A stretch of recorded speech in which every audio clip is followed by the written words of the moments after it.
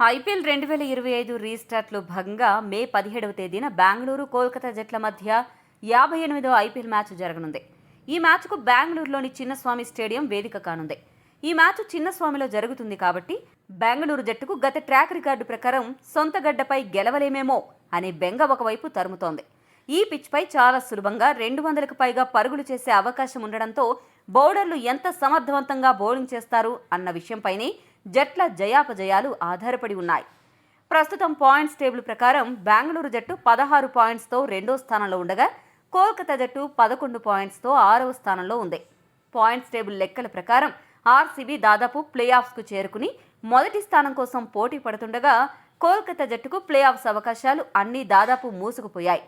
ఈ పరిస్థితుల్లో బెంగళూరు జట్టు మాత్రం ఈ మ్యాచ్లో గెలిచి పాయింట్స్ టేబుల్లో టాప్ 1కు చేరి ఆ స్థానాన్ని సుస్థిరం చేసుకోవాలని భావిస్తోంది.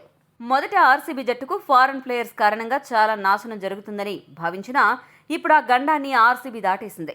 అసలు ఆర్సీబీ జట్టులో ఏ ఫారెన్ ఆటగాళ్లు జట్టులో చేరనున్నారు, కొత్తగా ఎవరొచ్చారు, ఈ నేపథ్యంలో రెండు జట్లలో ఏ జట్టు బలంగా ఉంది, ఏ జట్టుకు గెలిచే అవకాశాలు ఉన్నాయనే విషయాలను ఇప్పుడు మనం చూద్దాం. ముందుగా కేకేఆర్ జట్టు విషయానికి వస్తే ఆ జట్టులో ఫారెన్ ప్లేయర్స్ ఎవరూ కూడా జట్టును వేయడం లేదు. ఆ రకంగా కోల్కతా జట్టుకు అది అతిపెద్ద గుడ్ న్యూస్ అని చెప్పాలి.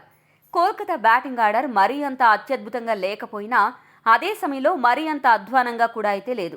పర్వాలేదనిపించే టాప్ ఆర్డర్, ఓ మోస్తరుగా ఆడే మిడిల్ ఆర్డర్కి తోడు ఫినిషర్లు రస్సెల్, రింకు సింగ్ ఇద్దరూ కూడా కొద్దిగా ఫామ్లోకి రావడంతో కోల్కతా బ్యాటింగ్ ఆర్డర్ బాగానే కనిపిస్తోంది.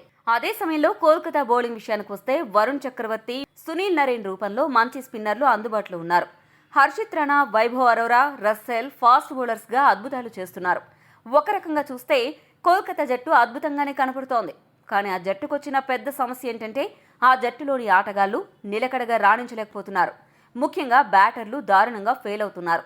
ఆ కారణం చేతనే ఈ సీజన్లో కోల్కతా జట్టు చతికిల పడింది. మరి ఈ మ్యాచ్లో కేకేఆర్ ఏ మేరకు ఫైర్ చూపిస్తుందనే విషయం ఆసక్తికరంగా మారింది. కొంచెం ఇష్టం, కొంచెం కష్టంగా ఆడుతున్న కేకేఆర్ జట్టు ఏ మేరకు ఆర్సీబీకి మంట పెడుతుంది అనేది వేచి చూడాలి. బెంగళూరు జట్టు విషయానికి వస్తే జాకబ్ బెథెల్, రొమారియో షెఫర్డ్ ఇద్దరు మిగతా ఐపీఎల్ సీజన్కు దూరం అవ్వనున్నారు అనే విషయం క్లారిటీ వచ్చేసింది. కాకపోతే అనారోగ్యం పాలైన ఫిలిప్ సాల్ట్ అందుబాటులోకి రావడం, అదే సమయంలో మయాంక్ అగర్వాల్ను జట్టులోకి రీప్లేస్మెంట్గా తీసుకోవడంతో ఆర్సీబీ బ్యాటింగ్ విభాగం మళ్లీ గాడిలో పడినట్లే కనపడుతోంది. ఇక ప్రస్తుతం మీడియాలో అందుతున్న సమాచారం ప్రకారం లుంగి ఎంగడి, హాజల్వుడ్ ఈ ఇద్దరు కూడా మొత్తం ఐపీఎల్ సీజన్ ముగిసే వరకు ఆర్సీబీకి అందుబాటులో ఉంటారని వార్తలు వస్తున్నాయి. అదే నిజమైతే ఆర్సీబీ చాలా పటిష్ట జట్టుగా కనపడే అవకాశం ఉంది. ఇది ఆర్సీబీకి అదిరిపోయే గుడ్ న్యూస్ అని చెప్పాలి. ఈ లెక్క ప్రకారం జాకబ్ బెథెల్, రొమారియో షెఫర్డ్ మినహా మిగతా ఆటగాళ్లందరూ కూడా అందుబాటులో ఉండనున్నారు. ఓపెనర్లుగా ఫిలిప్ సాల్ట్, విరాట్ కోహ్లీ బరిలోకి దిగుతారు. పడిక్కల్ గాయపడ్డంతో వన్ డౌన్ బ్యాటర్గా జట్టులోకి కొత్తగా వచ్చిన మయాంక్ అగర్వాల్ ఆ స్థానాన్ని భర్తీ చేస్తాడు. రజత్ పాటీదార్ గాయం నుండి కోలుకోవడంతో 4వ స్థానంలో కొనసాగుతాడు. వికెట్ కీపర్గా జితేష్ శర్మ బాధ్యతలు స్వీకరిస్తాడు. రొమారియో షెఫర్డ్ స్థానంలో లియామ్ లివింగ్స్టన్ జట్టులోకి రానున్నాడు. లివింగ్స్టన్కి మించి వేరే ఆప్షన్ కూడా ఆర్సీబీ దగ్గర కనపడడం లేదు. ఇప్పటి వరకు లివింగ్స్టన్ ఎప్పుడు కూడా కనీస ప్రదర్శన చేసి ఐపీఎల్లో మ్యాచ్లను గెలిపించిన సందర్భాలను వేళ్ల మీద లెక్క పెట్టొచ్చు. మరి ఈ అవకాశాన్ని లివింగ్స్టన్ ఏ మేరకు సద్వినియోగం చేసుకుంటాడో వేచి చూడాలి. మొత్తంగా చూస్తే బెంగళూరు జట్టు బ్యాటింగ్ కొంతమంది కీలక ఆటగాళ్లు లేకపోయినా కూడా బాగానే కనపడుతోంది. ఇక స్పిన్ బౌలింగ్ విషయానికి వస్తే కృణాల్ పాండ్యా జట్టులో ఉండాలి. ఫాస్ట్ బౌలర్లుగా హాజల్వుడ్, భువనేశ్వర్ కుమార్, యష్ దయాల్ వ్యవహరిస్తారు. ఇంపాక్ట్ ప్లేయర్గా పిచ్చు పరిస్థితులను బట్టి సుయాష్ శర్మ, రసిక్ సలాం, స్వప్నిల్ సింగ్లో ఒకరిని ఎంపిక చేసుకోవాలి. ఈ జట్టుతో బరిలోకి దిగితే ఆర్సీబీ అత్యంత పటిష్టంగా కనపడుతోంది. అన్ని విషయాలను పరిగణలోకి తీసుకుంటే స్పిన్ బౌలింగ్ విభాగంలో రెండు జట్లు సమూజ్జీలుగా ఉన్నప్పటికీ ఫాస్ట్ బౌలింగ్లో ఆర్సీబీ కాస్త ముందంజలో ఉంది. బ్యాటింగ్ విభాగంలో మాత్రం కేకేఆర్ కంటే ఆర్సీబీ చాలా పటిష్టంగా కనపడుతోంది.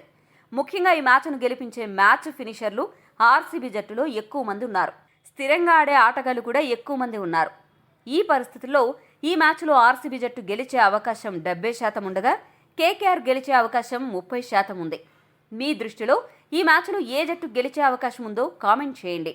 మరిన్ని స్పోర్ట్స్ అప్డేట్స్ కోసం మా ఛానల్ను సబ్స్క్రైబ్ చేసుకోండి.